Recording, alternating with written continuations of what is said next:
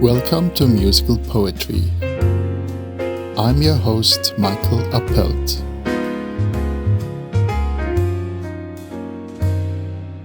Today's episode is the second contribution to our series of poems linking with King Charles III's concept of harmony.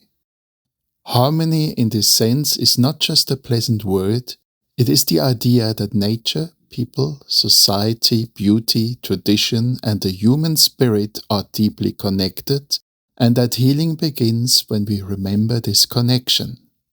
For this episode, we turn to William Wordsworth's great poem, Lines Written a Few Miles Above Tintern Abbey, written in 1798. It is a poem about memory, nature, weariness, restoration, and what Wordsworth calls the still, sad music of humanity. I came to this subject personally because I am trying to recover from what I can only describe as a treatable exhaustion of the soul, and in Wordsworth's words, I have found language for that journey back toward harmony. The full letter that inspired this episode is attached to the episode description. Now I will hand over to our colleagues from Google's NotebookLM, who will discuss the letter and its themes. After their conversation, you will hear the song inspired by Wordsworth's poem. It is called The Still, Sad Music. So imagine reaching the end of the week. Right. You pull up that weekly screen time report on your phone and you just realize... Oh, that is always a brutal moment. Right. It's like you've spent 40 hours just absorbing vicious arguments between strangers or doom scrolling through global catastrophes and answering those urgent emails that always start with just circling back. Yeah, just circling back, the ultimate modern dread. Exactly. And the feeling you get your chest right then, I mean, it isn't just physical fatigue. It's not a final darkness, and it's definitely not a total collapse of hope. It's this very specific modern soul sickness. It really is. It's the condition of being completely flattened by just the sheer volume and velocity of the modern world. Yeah. You could almost call it a treatable exhaustion of the spirit. Which I think is a really vital distinction to make. Calling it treatable exhaustion kind of strips away the clinical jargon, right? Yeah, it frames the issue not as some permanent psychological brokenness, but more as an environmental hazard. Like, we are living at a frequency that is constantly redlining. Right. We feel out of tune because the environment we've built demands a rhythm that, human beings simply weren't designed to sustain. Absolutely. We're just constantly out of tune with our own lives. Okay, so let's unpack this, because that concept of being out of tune is actually the exact mission for our deep dive today. Yes, and we have a really fascinating stack of sources to get through to explore this. We do. We are exploring a deeply personal letter written directly to you, the listener, by Michael Appelt. He titled it The Still, Sad Music. And Appelt found himself wrestling with this exact strain of contemporary burnout we were just talking about. But the map he drew to find his way out of it is, it's entirely unexpected. It really is. He completely bypasses all the standard advice. I mean, he doesn't recommend a new productivity app or a dopamine detox or going on some, expensive wellness retreat. No, instead he attempts to synthesize a cure from 3 wildly different eras and mediums, which is just such an ambitious project. It is. So here are the sources for this deep dive. He draws a line straight through the philosophical writings of King Charles III on the concept of harmony. Right, and then he connects that to a historic 1798 poem by William Wordsworth. Yeah, Tintern Abbey. And then he translates those centuries-old ideas into the creative prompts and lyrics for a modern 1990s style song. I mean, on paper, it sounds like a chaotic mix. It totally does. But what is genuinely surprising is how an 18th century poet, a modern monarch, and a contemporary songwriter all end up diagnosing the exact same disease. And prescribing the exact same cure, really. They all argue that we have to recover our sense of harmony. Right. So Appelt starts this whole journey by looking at the public philosophy of King Charles III. Now, strictly analyzing his written work here, and obviously we aren't taking any political sides, but the king has spent decades warning about this impending crisis. Yeah, and he argues it goes far beyond just the metrics of climate change. If we connect this to the bigger picture, looking at the core thesis of his writings on harmony, He argues that environmental degradation is really just the visible symptom. The visible symptom of what exactly? Well, of a much deeper invisible disease. The root pathology of modern humanity is this profound crisis of disconnection. Disconnection from nature, you mean? From nature, yes, but also from the lineage of tradition, from the physical reality of community, and ultimately from the spiritual order of life itself. Wow. And he gathers the antidote to all of this under one single philosophical umbrella, which he calls harmony. Right, which is a beautiful word, obviously. It is, but it risks sounding like a vague platitude, if we don't really define how he's using it. In this context, harmony isn't just about people getting along. No, not at all. It's Yeah. the philosophical position that life is not just a series of random, isolated, mechanistic events crashing into each other. Right, like the universe actually contains an inherent order, a relational balance. It has a rhythm and a meaning. And the crucial pivot in his argument, and this is so important, is that human beings are not just sitting in the VIP box watching nature perform. Right, we aren't separated from it. We are part of the living whole. Exactly. And that introduces his critique of the modern world. Because if the universe is a living whole, it cannot be treated merely as a storehouse of resources. But that is precisely the operating system of the modern economy, right? Right. We view the world through this purely extractive lens. Yes, a forest is only valuable as timber. A river is only valuable as hydroelectric power. And bringing it back to our phones, a person's attention is only valuable as data to be mined. Exactly.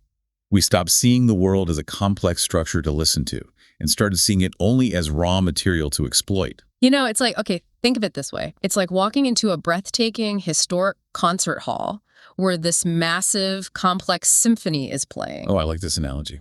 Right. But instead of taking a seat to listen or picking up an instrument to find your place in the rhythm, you start pacing the aisles thinking, man, I could harvest a lot of premium velvet from these curtains. And the brass in those tubas would fetch a fantastic price at the scrapyard. Exactly. You are treating a living, breathing symphony like a hardware store or an all-you-can-eat buffet. You miss the music entirely because your brain has been trained to only see the material value. And that extractive mindset is exactly what the King's philosophy targets. And the danger isn't just that you ruin the concert hall. Right. The danger is what it does to your own mind. Yes. Treating reality as a commodity fundamentally wounds the human soul. When we build urban environments without any regard for beauty, or when we consume relentlessly without gratitude, Or when we pursue technological progress without ever asking what kind of humans the technology is molding us into. right. When we do all that, we create an ecosystem that is actively hostile to the human spirit. We become technologically omnipotent, yet spiritually hollowed out. Spiritually hollowed out, which creates the perfect breeding ground for the exhaustion Apelt is writing about. But here is where we take a massive left turn in the timeline. Yeah, because while it's so tempting to blame all of this on smartphones and the 24-hour news cycle, Apelt points out this specific flavor of anxiety isn't actually new. Not a 21st century invention at all. Long before anyone had a digital calendar to dread, people were already suffering from what was called the fever of the world. Which brings us to the year 1798 and the banks of the River Wye. Yes. We are looking at William Wordsworth's deeply influential poem, commonly known as Tintern Abbey.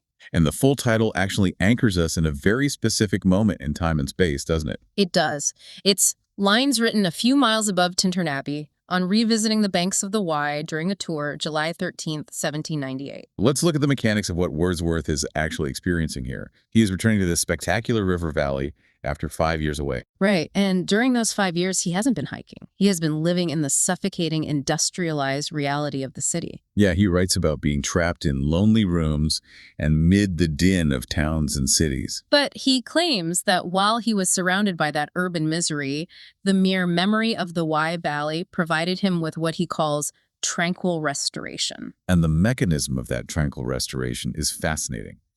Wordsworth isn't describing like a simple daydream. No, he describes how the forms of nature passed into his purer mind. Right. The visual and auditory rhythms of the river valley actually rewired his cognitive baseline. The landscape provided this structural mental architecture. An architecture that gave him the strength to carry, in his words, the heavy and the weary weight of all this unintelligible world. So beautiful. He writes that through this mental restoration, we reach a state where the physical burden of life is lightened. And I really want to look closely at this specific quote because it's central to everything we're discussing, he says. While with an eye made quiet by the power of harmony and the deep power of joy, we see into the life of things. An eye made quiet by the power of harmony. Yeah. It is a phenomenal distillation of the cure we are searching for, isn't it? It really is. Because nature, for Wordsworth, isn't just a scenic backdrop. It is an entirely different epistemological lens, like a different way of knowing and seeing the world. The river valley acts as the teacher and the guardian of his moral being, repairing that exact spiritual disconnection that King Charles diagnosed. But here's where it gets really interesting, because I have to push back on the utility of this for a modern listener. Okay, let's hear it. I mean, I'm reading these lines, and part of me is thinking, isn't this just, wealthy 18th century escapism? Ah, right. The privilege of taking a nature walk. Exactly. Going on a walking tour of the countryside while the Industrial Revolution crushes the working class back in London. Like, how does standing in front of a tree and having an eye made quiet actually help someone navigate the gig economy today? Or pay their exorbitant rent. Yeah. How does it help them deal with actual societal collapse? How is this not just leaking your head in the sand? It's a completely fair challenge, really. And it's a critique that Wordsworth actually anticipates within the text of the poem itself. Oh, he does. Yeah, if we look closely at the subsequent stanzas, he explicitly rejects the idea of nature as a permanent hideout from human suffering. The piece he extracts from the landscape has a highly specific, practical output. Okay, what kind of output? He states that the tranquility he finds in nature directly fuels, quote, his little, nameless, unremembered acts of kindness and of love. Oh, wow. So the restoration isn't a commodity he just hoards for himself. It's fuel. Precisely. The harmony he absorbs from the geometry of the woods and the rhythm of the river equips him to go back into those dirty, noisy, lonely rooms of the city and actually function. Function as a grounded human being, yeah. Staring at the river doesn't pay the electric bill, and it doesn't magically reform corrupt institutions, but it radically alters the posture of the person navigating those systems. It recalibrates the nervous system so that when you are confronted with the din of towns and cities, you respond with empathy rather than reactive rage. Exactly. It's the difference between trying to fight a current and learning how to float. Which perfectly sets up how Wordsworth processes the grim reality of the city once he returns to it. Appelt focuses his entire essay on one very specific phrase from the poem to explain this cognitive shift. Yes, it's the phrase that gives Appelt's essay its title, The Still, Sad Music of Humanity. The still, sad music of humanity. Let's examine the context of that phrase, because it is the hinge upon which this entire philosophy turns. Well, Wordsworth writes that his time in nature has taught him how to look at human suffering differently. He writes that he is now capable of hearing oftentimes the still, sad music of humanity, not harsh nor grating, though of ample power to chasten and subdue. Not harsh nor grating. That is the key, isn't it? He isn't ignoring the suffering of the world. Right. He isn't wearing noise-canceling headphones to block it out. No.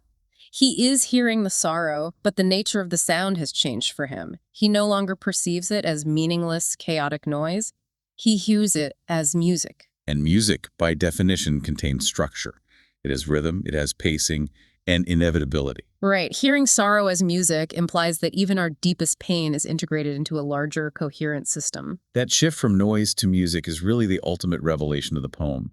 Having an eye made quiet doesn't mean you become blind to tragedy. It means that beneath the exhaustion, beneath the frantic fever of the world, you recognize a deeper architecture. Yes.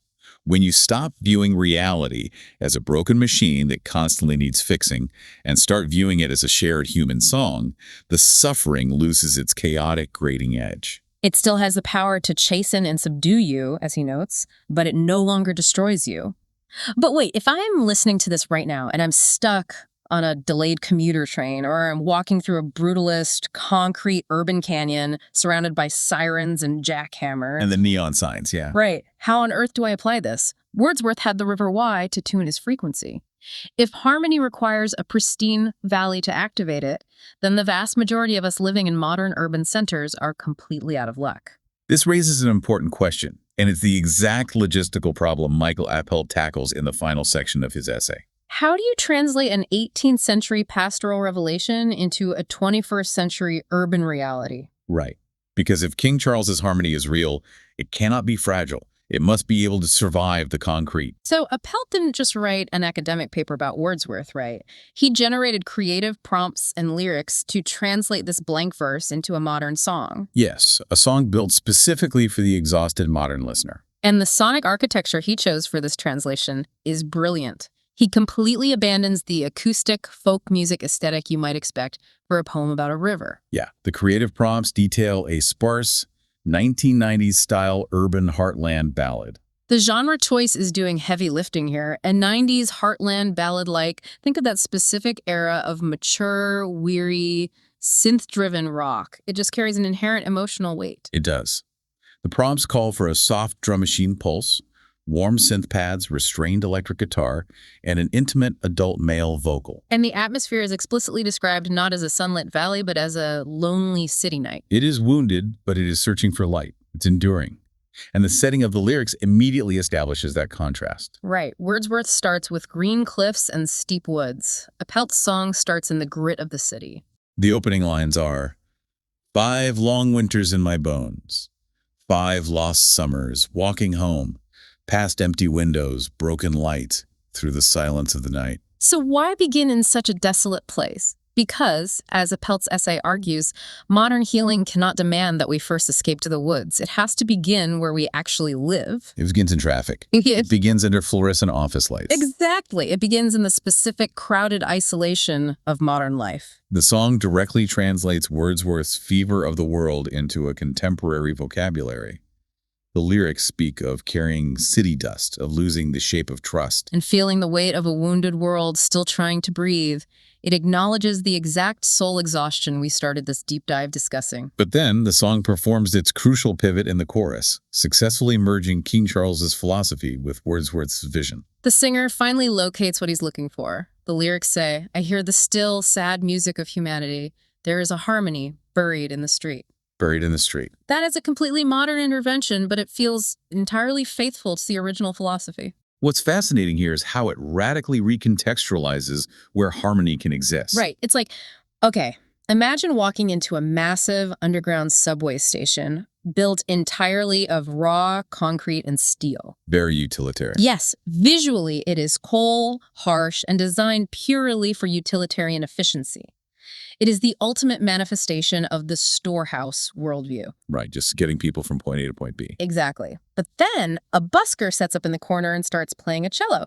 And suddenly the sound waves hit the curved concrete ceiling and you realize the architect accidentally created world-class acoustics. Oh, wow, yeah. The beauty, the potential for harmony was latent in the concrete the entire time. He was just waiting for the right frequency to activate it. That acoustic analogy perfectly captures the mechanism of the song. The city is not inherently anti-nature, it is simply a different acoustic environment. The song insists that the natural world does not abandon us just because we paved over it. Yes. By including the lyric, "A river still remembers me," the songwriter proves that the memory of nature can penetrate the concrete. So if harmony is a fundamental truth of the universe, it must be recoverable in our politics, our digital networks, and our most tired urban spaces. You don't have to flee the city to find restoration. You have to find the harmony in the stranger sitting across from you on the subway. You have to locate it in the quiet, mundane moments in a small apartment, like finding a single green weed pushing its way through a cracked concrete sidewalk. Exactly. It's a scavenger hunt for connection in the places where we least expect it. So let's pull all these threads together to see the complete path out of exhaustion. We started with the diagnosis, a modern soul sickness caused by a mechanistic worldview. A worldview that treats the living symphony of reality like a hardware store to be stripped for parts. And we trace the cure through King Charles's call to recognize the inherent spiritual order of life. Back to William Wordsworth discovering how the rhythms of nature can rewrite our cognitive baseline. And forward to a modern songwriter locating that exact same harmony buried beneath the pavement. The ultimate takeaway here is that recovering from the fever of the world does not require denial. No, it doesn't require you to artificially remove all the stress, bills, and noise from your life. The cure begins with a radical shift in perception. It begins with listening. It requires cultivating an eye made quiet. When you stop fighting the reality of human sorrow and begin to perceive it as a shared structure, as music rather than noise, the exhaustion loses its grip on you. The harmony is already playing. The only variable is whether you are tuned to the right frequency to hear it. Absolutely. Which brings us to a final thought I want to leave you with today.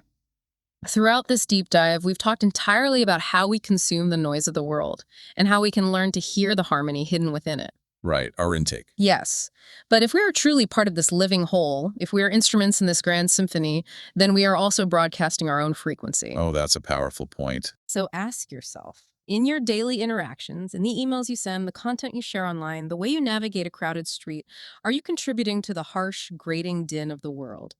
Or are you actively composing a few notes of that still, sad music, creating a moment of harmony for some other exhausted stranger to find?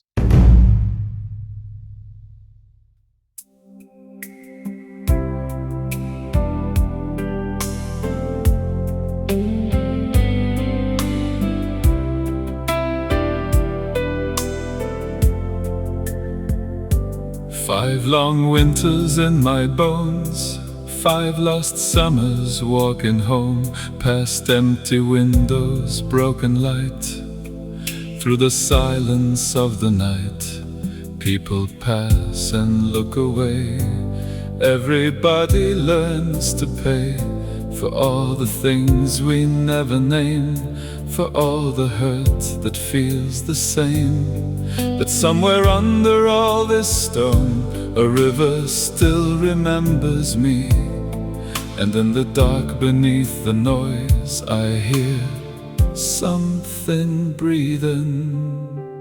I hear the still sad music of humanity. Every tired heart is asking, where can I be free? There is a harmony. Buried in the streets, there is a wounded world, still trying to breathe.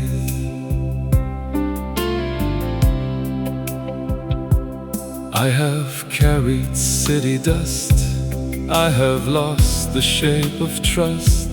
I have felt the fever rise behind my hands, behind my eyes. But there are fields I still recall, a moonlit road, a garden wall, the wind that moved through every tree like something speaking quietly. And when the weight of this old world was lying heavy on my chest, I turned my spirit toward the earth and found a place to rest. I hear the still sad music of humanity. Every tired heart is asking, where can I be free? There is a harmony. Buried in the streets, there is a wounded world, still trying to breathe. Not in the towers, not in the gold, not in the stories we were sold, but in the stranger standing near, in the sorrow we refuse to hear, in the river, in the rain, in the love that still remains. So let the night be kind to you, let the old wind carry through. And when your soul feels left behind, may the green world cross your mind. For nature does not turn away from hearts that kneel, from hearts that stay. She leads us gently through the pain, back to the life in things again.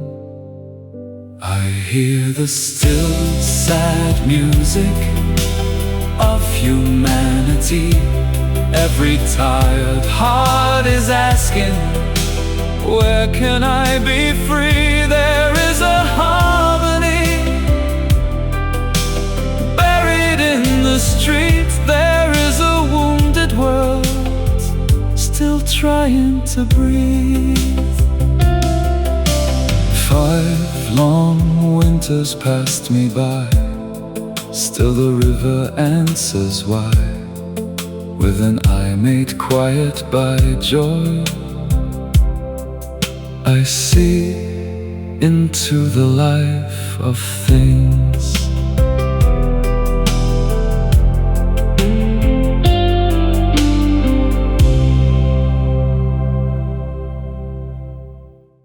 Thank you for listening to this episode of Musical Poetry.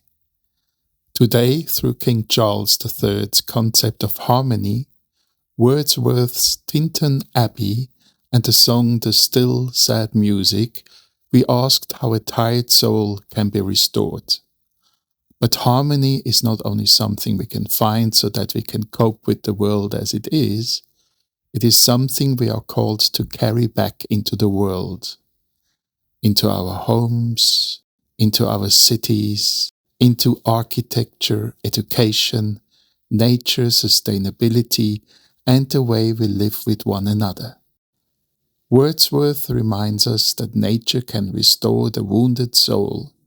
King Charles reminds us that society itself can be shaped towards harmony. Perhaps our task is this: first to be restored, then to restore. This has been Musical Poetry. I am Michael Appelt, and remember, where words fail, poetry still speaks.